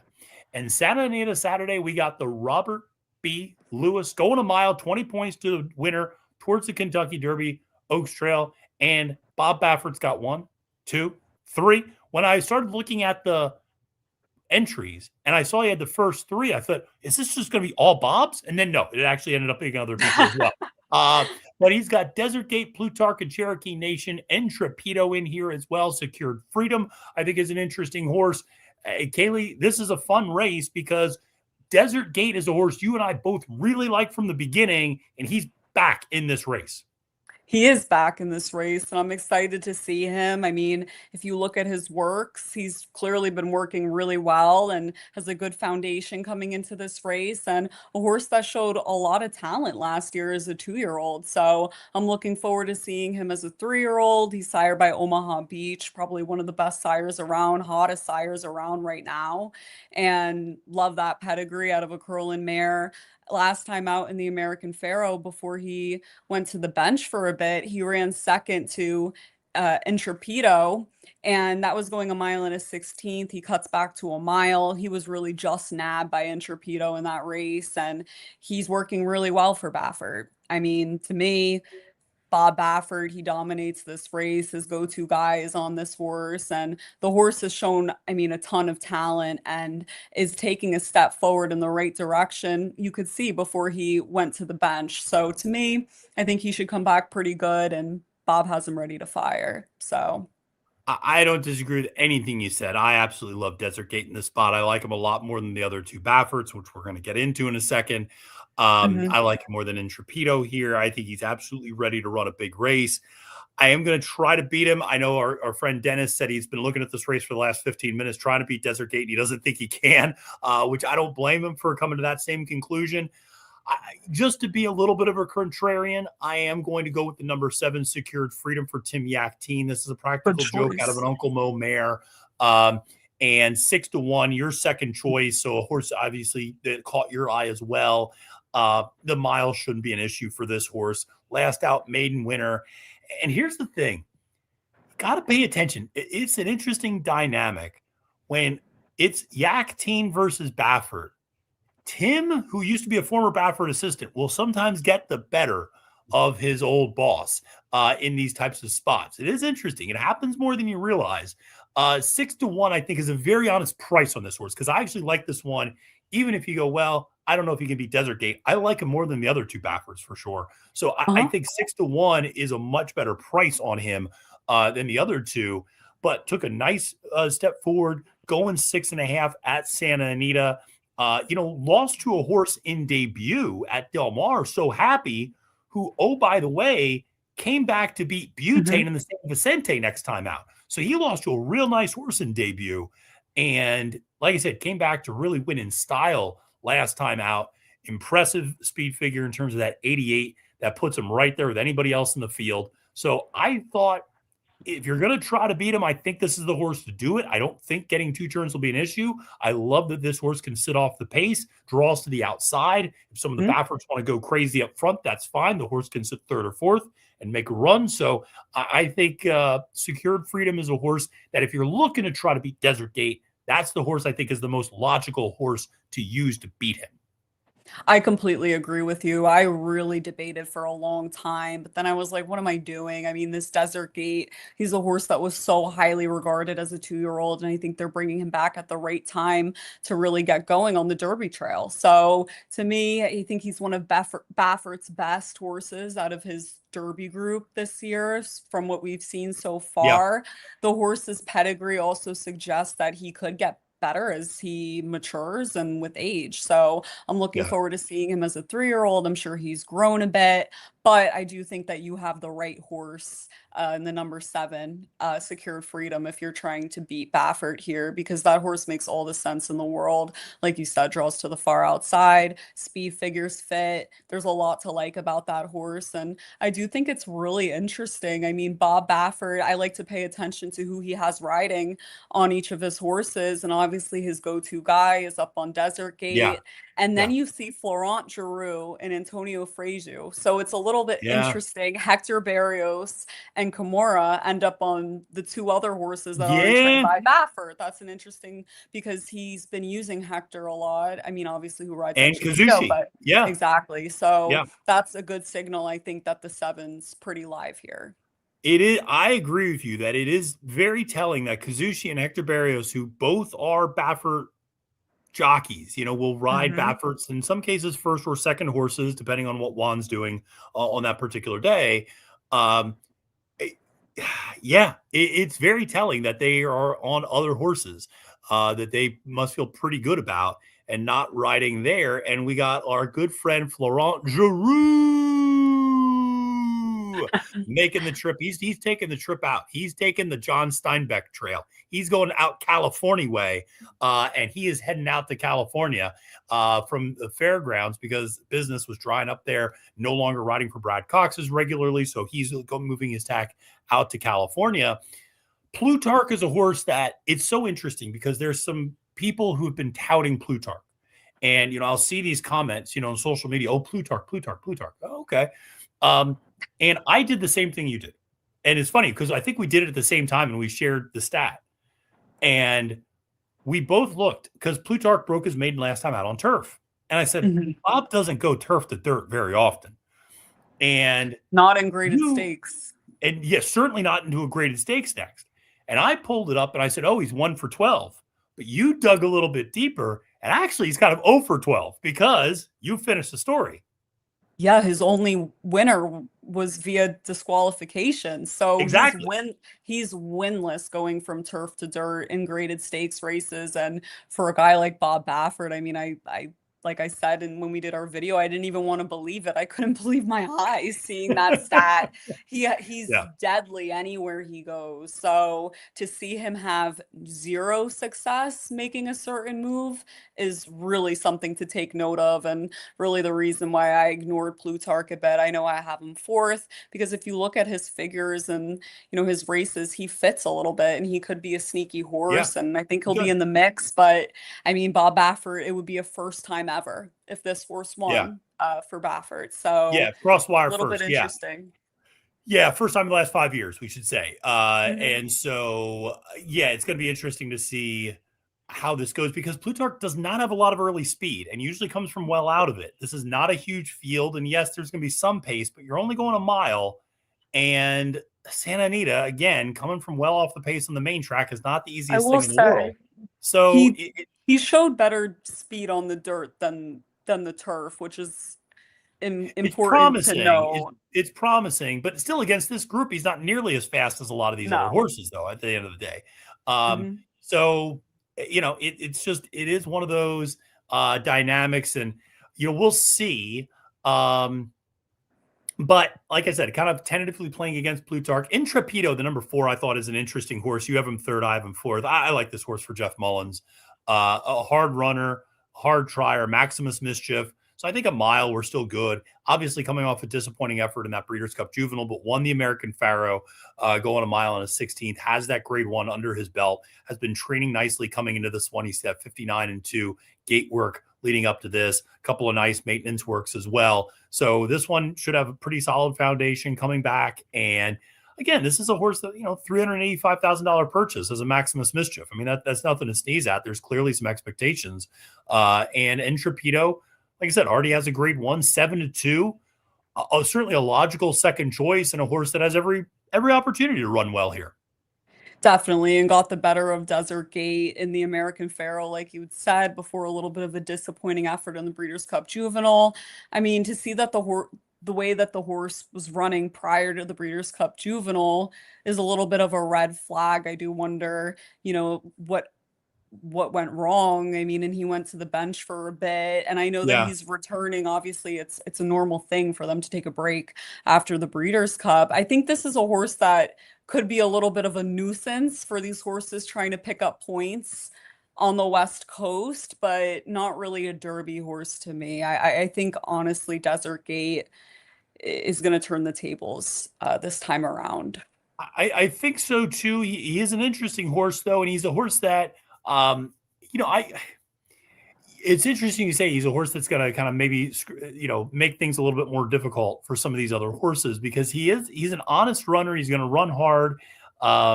He's got some nice works leading up to this. He doesn't have the wow. I mean, that's the one thing I will say, which James Darmody points out. Plutarch does have some very sharp works coming into this. That bullet, that's all 6 furlong work.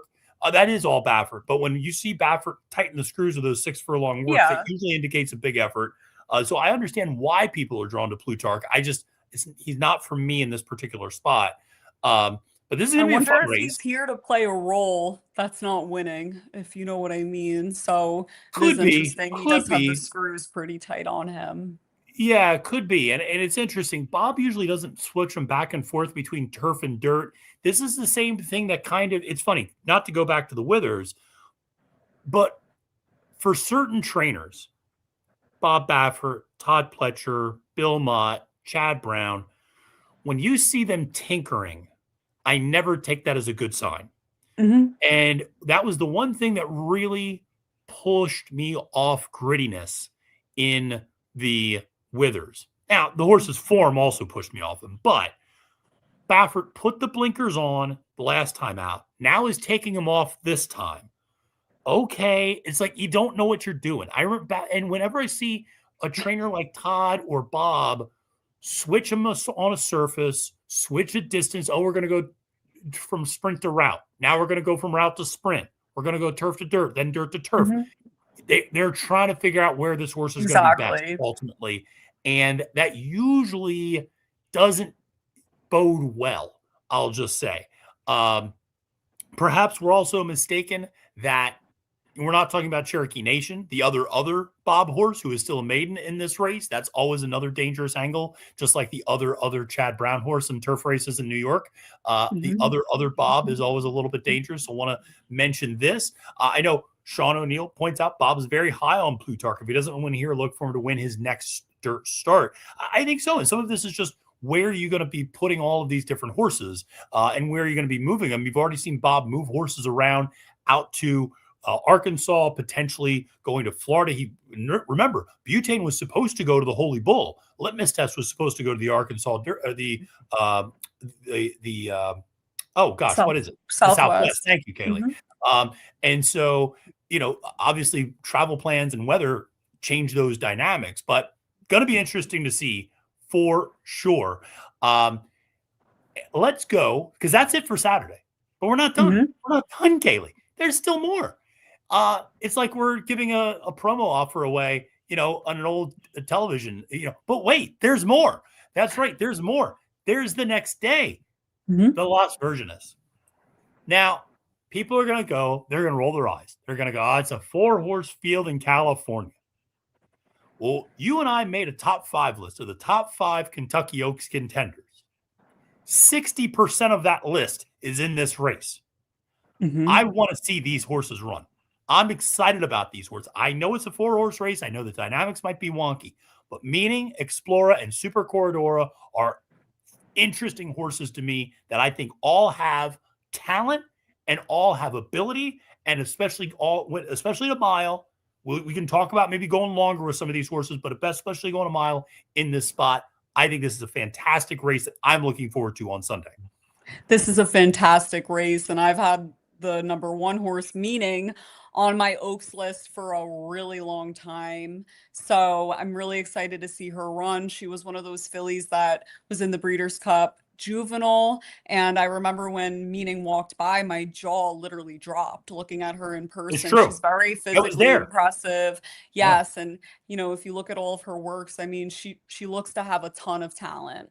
And I think that Mike McCarthy is kind of known what he has. She's just for her to go into the Breeders' Cup Juvenile in just her second race. I'm pretty sure, right? Let me double check right Yeah. Yeah. now. And But just your second yes, race. it Yeah. It was was her just, yeah. second Yeah. race. Yeah. So that's very impressive. And I thought she ran well there. She did not lose by too much. So I'm excited to see her. But I think the point that you brought up in the beginning about how our Oaks lists might change a lot more is really true because it all goes through this race. I mean, we're so excited to see these fillies run. We might have to do our recap right after the race. Like we'll We know might. for sure how our Oaks list sits. So really comes down to your opinion on those two coming out of the three horses coming out of the Breeders' Cup Juvenile, Yeah. meaning Explora and Super Corridora. Explora, obviously, we saw come back since in Yes. He's already run 2026 since. Yeah. in the Yeah. Santa Ynez, but she did cut back to 7 furlongs. She won very impressively. She improved off her last effort prior, so that was a good sign. She'll stretch back out. Her pedigree suggests it's absolutely no problem. But where did you land here? You landed on the same horse as me I in landed. meaning. So Listen, it's the same thing where if you are going to, if and I don't, we'll see what these odds end up at. I agree that mhm. Explorer is going to be your favorite. Super Corridor, because she's coming off that Breeders' Cup win, does have that shine to her. And so I think she is going to attract a lot of money. And I think Meaning is the horse that you're going to get the best money on. In a 4-horse race, and no disrespect to Bank Shot, that horse has no chance in the spot. But I will gladly take the best price out of Yes, the other three. And that me is too. Meaning by a significant margin. Mhm. So in terms of the price. So I will always take Meaning. I remember when she walked by, because we were right there in the walkthrough area at Del Mar for the Breeders' Cup. She walked by, and you had even said to me, I'm kind of interested in this horse Meaning.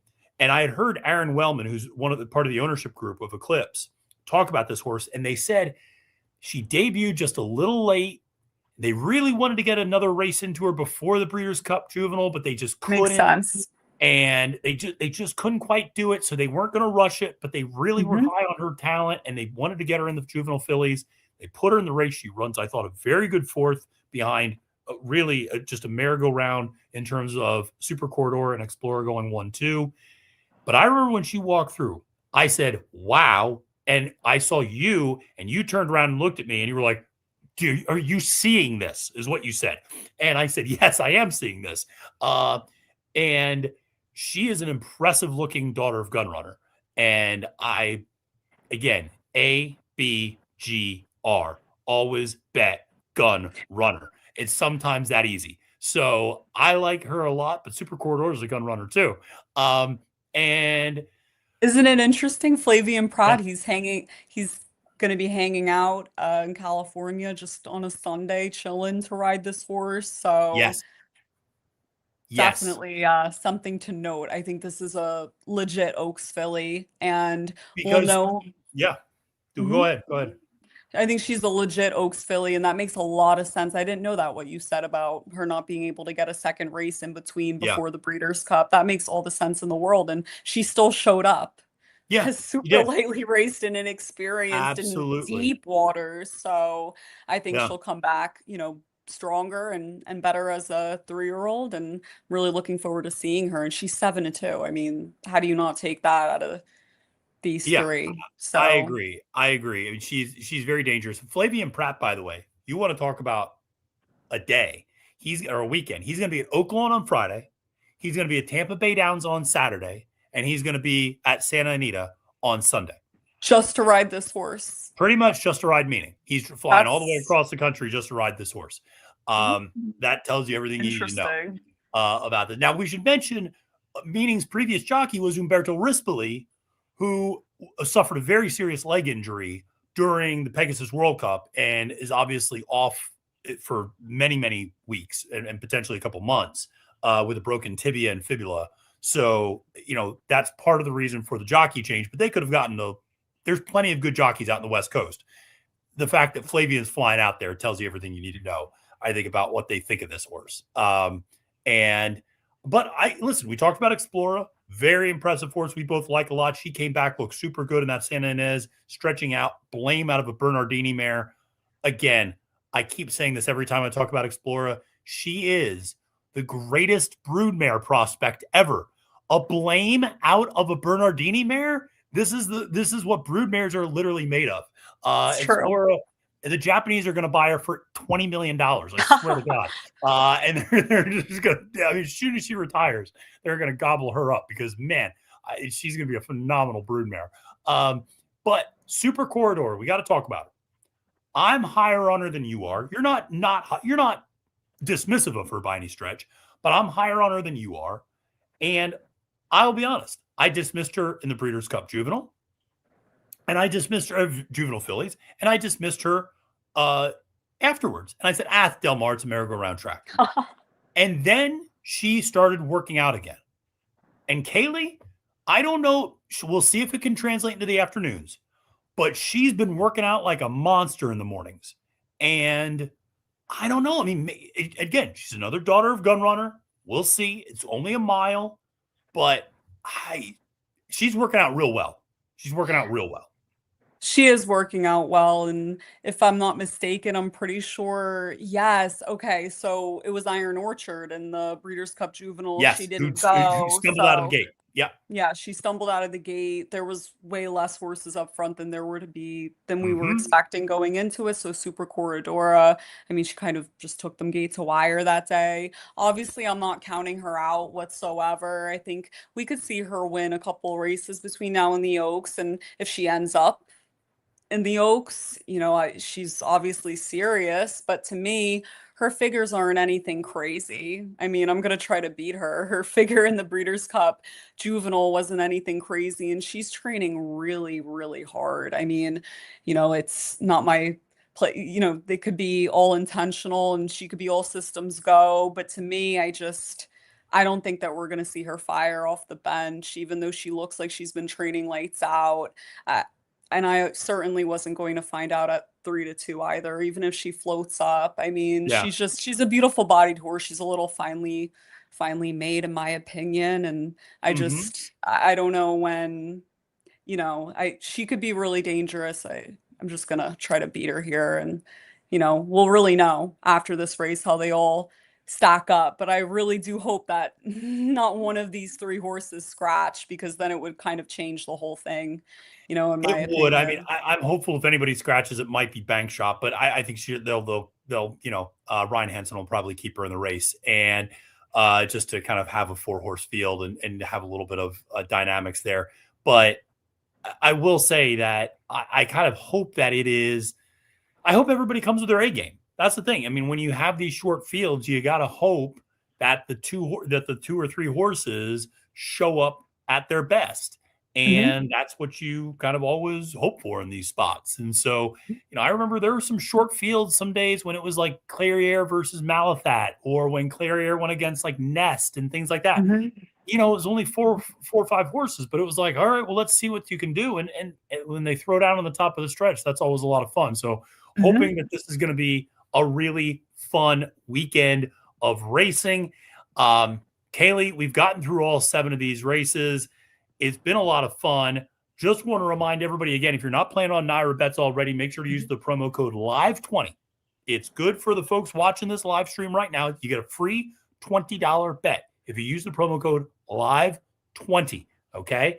And you can use that 20 however you'd like, but if you are not a member of NYRA Bets already, sign up using that promo code LIVE20 for a free $20 bet. You can't beat that deal right now, so make sure to use that promo code LIVE20 with us on NYRA Bets. Kaylie, we got through all of it. We had a lot of fun. We had ups, we had downs. Definitely. People from the UK were letting us know about overseas prices on the Puma. That was my personal highlight. Dennis Trusty was moderating and letting me know when I put the wrong picks up for the one race, which I appreciate, Dennis. And so it was great. We had people tuning in from coast to coast, all over the country, all over the world. This is a lot of fun, but we're going to have a lot of content for NYRA Bets over the next few days as well. We're going to have our recap of the Kentucky Derby and Kentucky Oaks. We're going to have the Win Play Show. We're going to start going into next week. We got the Saudi Cup coming up. I was going to say, I think we'll be sitting here probably about the same time next week, maybe doing a stream on the Saudi Cup. I cannot wait for that. So I mean, can't wait for the Saudi Cup. It's impossible to be bored this weekend, and obviously we have everyone covered over on NYRA Bets, and we'll be reacting to everything, on Friday, Saturday, and Sunday with all the stakes happening. And next week is the Saudi Cup. So really exciting times. And shout out to Walter. Thank you so much for the very nice comments that he learned a lot watching the live stream. That's very nice. Carlos Warren, he's already excited for my weekend recap. He's already excited for the Win Play Show. Carlos, I'm glad that you like the Win Play Show come back. Yeah, you like it because I say ridiculous things sometimes and get in trouble. But that's all right. It is fun. But I just say things just snarky enough that I don't get in trouble.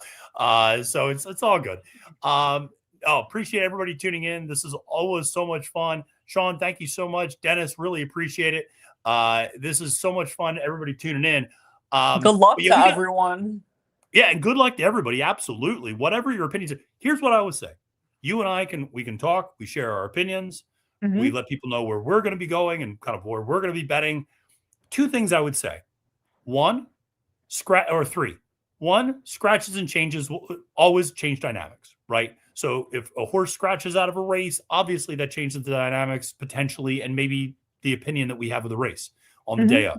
Two, the way the track is playing sometimes, that is something that as the day unfolds, sometimes you see track biases develop and things like that. And so suddenly a horse that might have looked really good on paper that you and I both would have really liked, hey, maybe that horse changed. Yeah, maybe that changes a little bit. You downgrade, you upgrade. Three, the most important opinion is staring in the mirror. That's your opinion.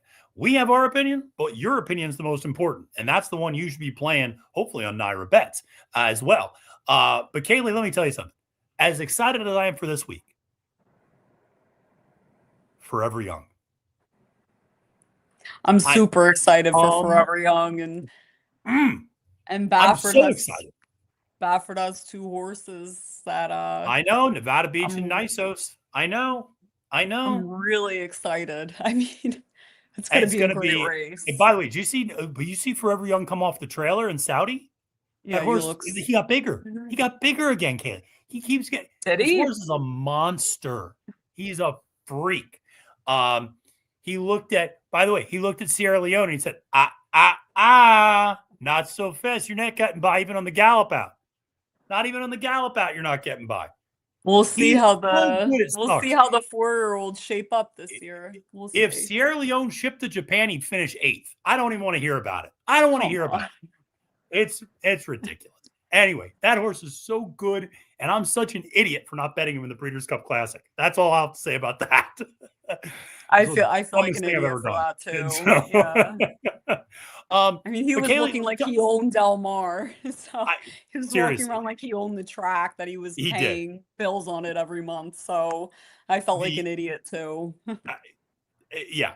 But Kaylie, tell me, out of all the horses, to wrap up, staying on topic, out of all the horses we talked about, who are you most excited to see run? I'm excited to see the Puma. I mean, I'm excited to see him as an individual. Good answer. And I'm excited to see if he flatters a horse that I'm really high on. So it's going to be interesting, but I'm excited for like literally every race. I am too. Definitely. I'm so excited for all these races. I think they're all going to be great. I'm very excited. I'm excited to see Zanny. Mm-hmm. Yeah, you love Zanny. I do love Zanny, and I want to see her I kind of want to see her put a stamp on something and kind of go, no. I want to see that killer instinct a little bit from her maybe. But I'll be honest, it's funny. It's the shortest field, but the Las Virgenes, that's the race I can't wait to see. I can't wait to see that race Sunday. And that sounds so silly. I hope Meaning's the third choice. I mean, that's why we're excited That's true. to be Yeah. able to bet Meaning. I mean, it'll be pretty satisfying if she could put those other two away, at a bigger price. So I'm excited Absolutely. for everything. No, I couldn't agree more. Walter's pumped for the Southwest. Absolutely. Great race. Sean O'Neill says, Forever Young and Ethical Diamond made my day on the Breeders' Cup. Walter said, Forever Young's the greatest horse he's ever had the pleasure to watch. Listen, people are excited. Hey, let's get excited. People can sit there and be all analytical and sit behind a desk and flip through their papers and talk about horses. Let's get excited. That's what this sport is, okay? You don't get excited flipping through pages behind a desk. You get excited talking about horses, getting out there, firing away bets with your friends, getting hyped, loving horses, irrationally loving a horse like Simplification and Soldier and Diplomat. Shout out to you, Walter, for the Soldier and Diplomat reference. But listen, it's all about that. It's all about having fun. So, Kaylie, let's go have some fun, okay? And this was a blast. So thank you to everyone again. And make sure to use Live 20. Sign up with code Live 20. Yes. Do not forget. Boom. Live 20. Do not forget. Kaylie says, don't forget. You can ignore me. I'm a blowhard half the time, but don't ignore Kaylie. All right. Don't do that. All right, folks. Thank you again for tuning in. 363 people. Thank you so much. It really means a lot. Make sure to press that like button. Subscribe to NYRA Bets to YouTube if you're not already. We got Acacia Clement and I on Snowbirds previewing all 5 stakes races for Friday at Aqueduct. Megan Burgess joined me from Oaklawn Park to preview the Southwest as well as the Bay of Code. The return of Nitrogen. That happens Saturday too. Nitrogen versus super Quiet exciting Side. too. That's exciting. Come on. I got to put more money in my NYRA Bets account. Okay. I know. That's what I'm doing. All right, everybody, have a wonderful night. Appreciate everybody tuning in. Until next time, for my colleague Kaylie Shapiro, my name is Matthew DeSantis, wishing you a great and prosperous day at the races. And reminding you, friends, it's now post time.